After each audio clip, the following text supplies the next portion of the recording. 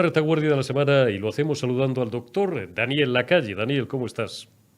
Muy buenas tardes, ¿qué tal? ¿Cómo estás? Extraordinariamente bien. Bueno, ya estamos reintegrados felizmente en nuestros puestos de trabajo. ¿Qué tal las vacaciones, Daniel? Las vacaciones, pues intermitentes, como la energía solar, pero han funcionado, también como la energía solar. Bueno, eso está bien. Oye, Daniel, ¿va a ser tan duro económicamente el otoño como nos lo están presentando?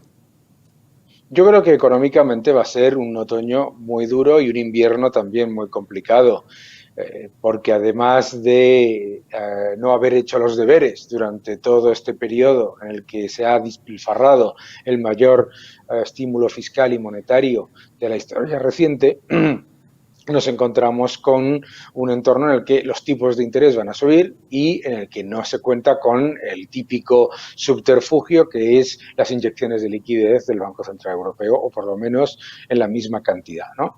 Entonces yo creo que lo que ya es una recuperación muy pobre y muy endeudada, como es la española, se añade ahora a un invierno muy complicado.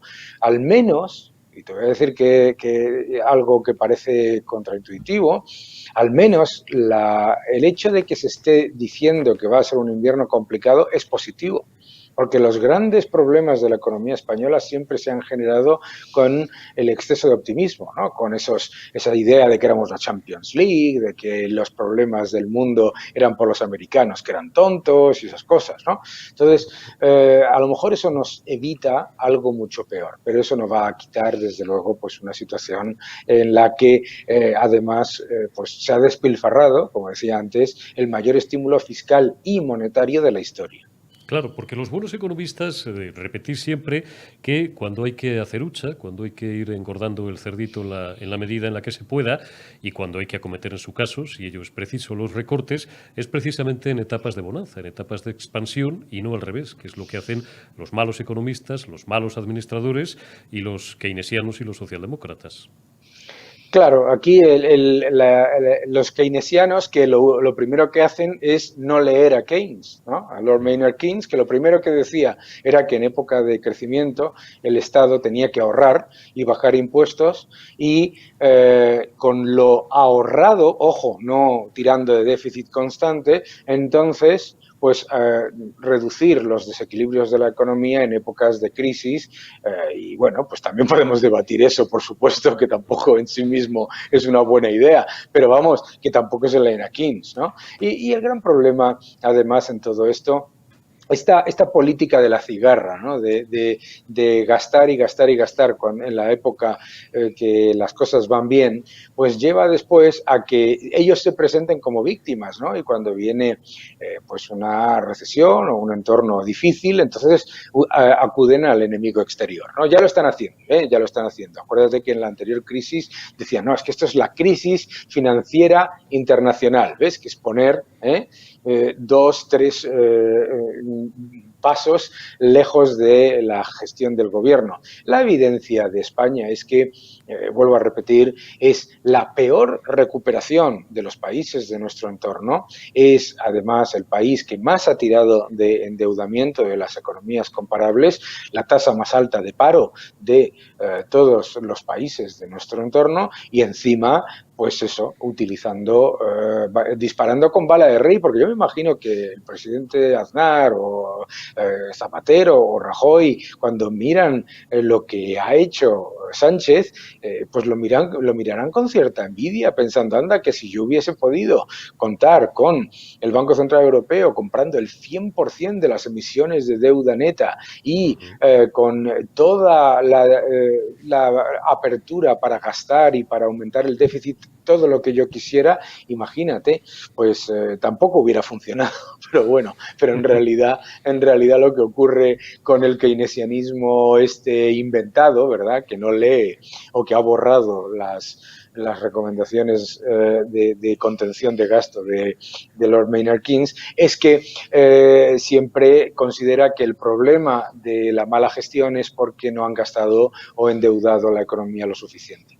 Está claro. Daniel, llevábamos meses escuchando, pero como hipótesis, ¿no? Casi como un escenario de fábula, ¿qué pasará si los rusos cortan radicalmente el 100% el gas. Y resulta que Sí. pues los rusos finalmente, no sé si porque han perdido aceite, como dicen, o por las razones que sean, pues han cortado el gas al norte de Europa a cero. El gobierno alemán se ha apresurado a tranquilizar a su población diciendo que tienen reservas para el 85% aproximadamente y que además se están recibiendo por otras fuentes, por el norte, no por el sur, porque aquí tenemos un lío con el famoso gasoducto y con los franceses. Pero ¿qué va a pasar ahora? Bueno, lo que va a ocurrir claramente es que hay un problema doble, ¿no? De garantía de suministro y de precio. Porque es verdad que se ha aumentado el porcentaje de almacenamiento a un 85%, pero no podemos olvidar que el almacenamiento de un país normalmente pues cubre como mucho un mes y poco de demanda. Eso no quita que sea una cifra relativamente positiva y por lo menos esperanzadora.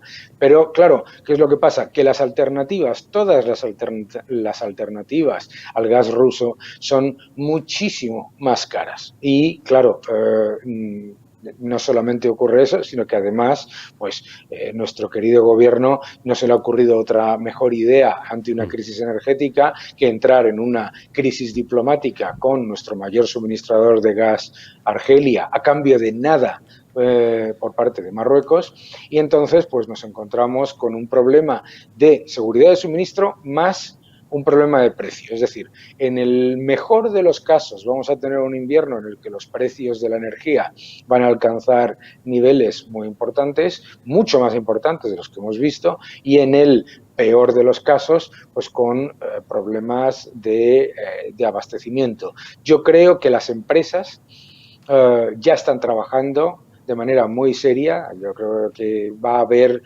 menor riesgo de garantía de suministro del que probablemente nos están diciendo. Pero claro, la Unión Europea se ha presentado con un enorme órdago energético a Rusia sin tener cartas.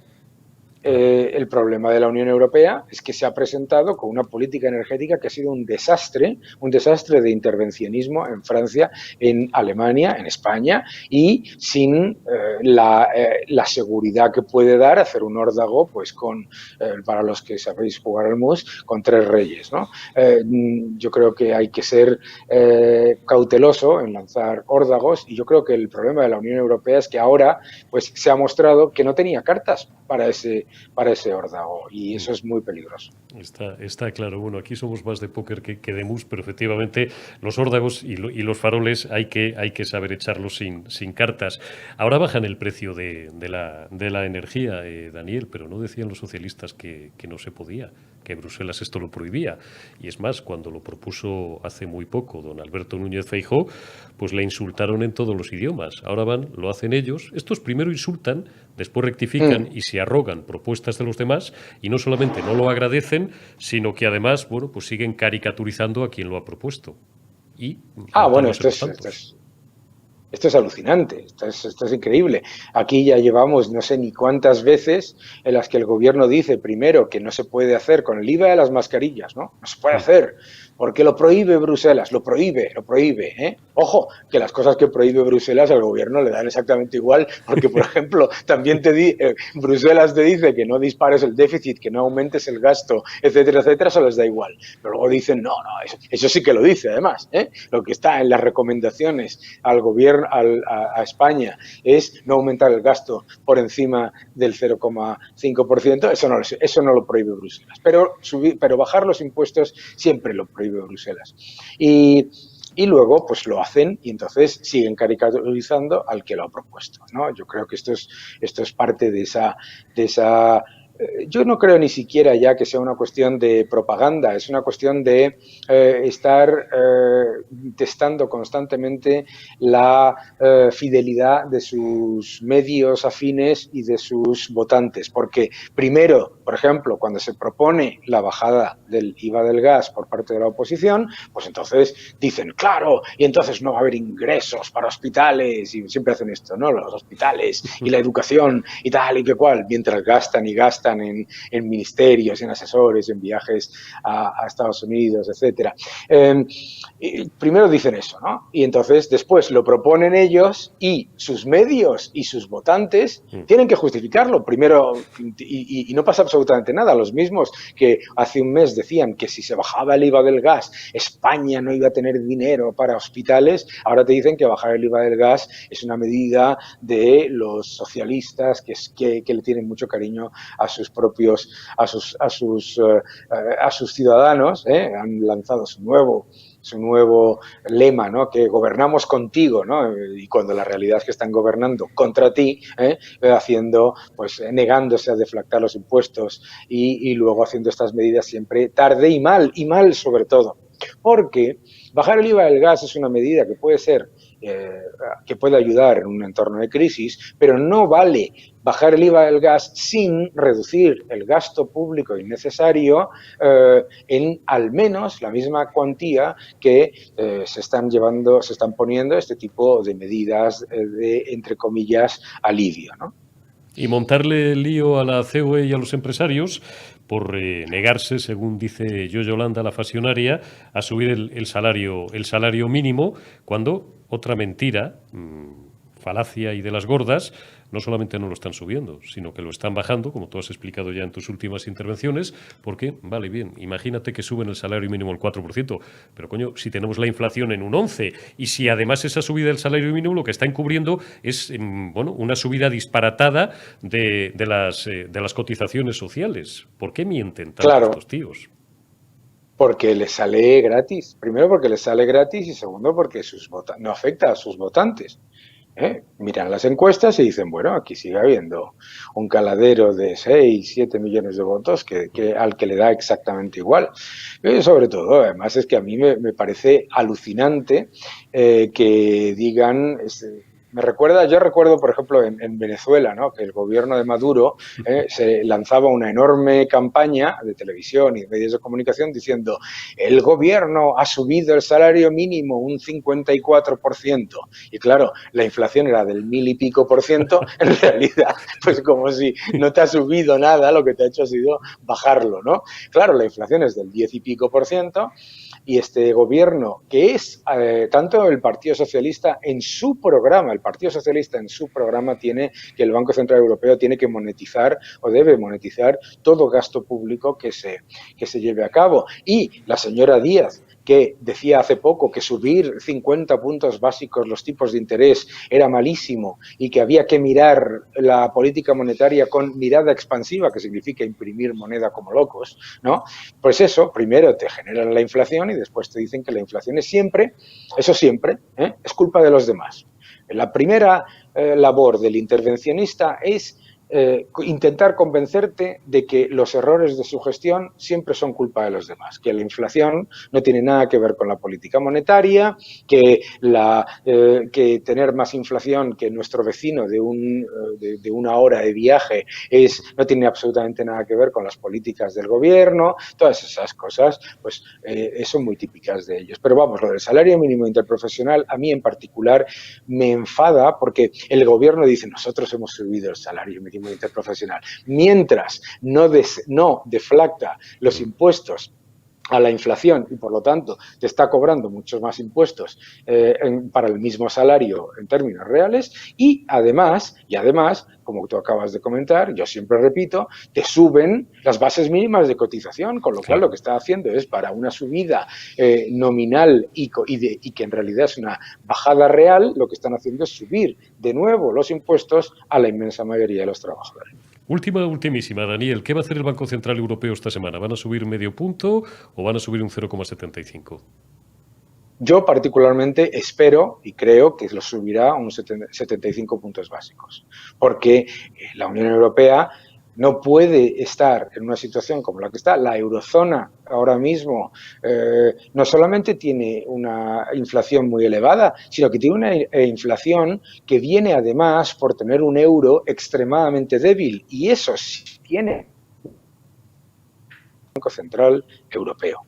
Tiene mucho que ver con la política del Banco Central Europeo y, sobre todo, yo creo que el Banco Central Europeo ya se tiene que poner, ya tiene que decidir. O sea, no puedes tener una política monetaria que, por un lado, lo que quiera es que los países que hacen mal las cosas en cuanto a sus compromisos fiscales y sus compromisos de déficit se financien baratito y a la vez reducir la inflación. Tiene que tomar medidas serias y yo creo que debería, y espero y creo que hará, subir 75 puntos básicos.